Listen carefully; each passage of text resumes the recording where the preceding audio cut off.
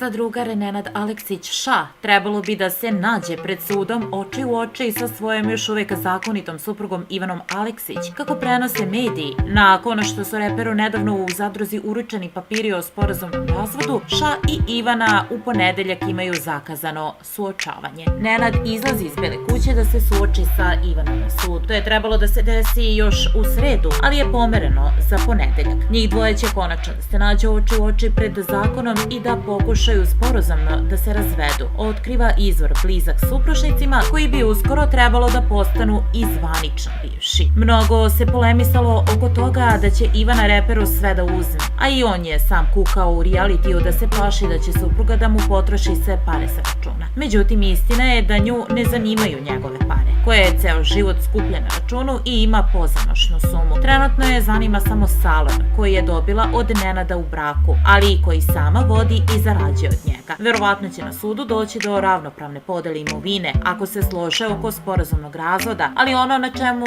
će Ivana sigurno insistirati jeste stan na Fontani u kome su zajedno živeli i iz koga se iselila, tvrdi izvor. Ovome u prilog govori i to što se prva pobednica zadruge Kristina Kija-Kockar za vikend baš uoči sudskog ročišta tagovala sa Ivanom upravo na Fontani, gde se nalazi stan u kome je živela sa Ša. Mnogi su to protumačili kao provokaciju jer je Nenad molio porodicu da baš tu smeste Taru Simov. Međutim, porodica se oglušila o reperove molbe. Nenadov brat i roditelji su u korektnim odnosima sa Ivanom, ali ne mogu protiv njega. On je njihov i prihvatit će ga takvog kakav je. Ipak niko od njih ne želi kontakt sa Tarom Simov i u tome su baš isključivi, zaključuje naš izvor.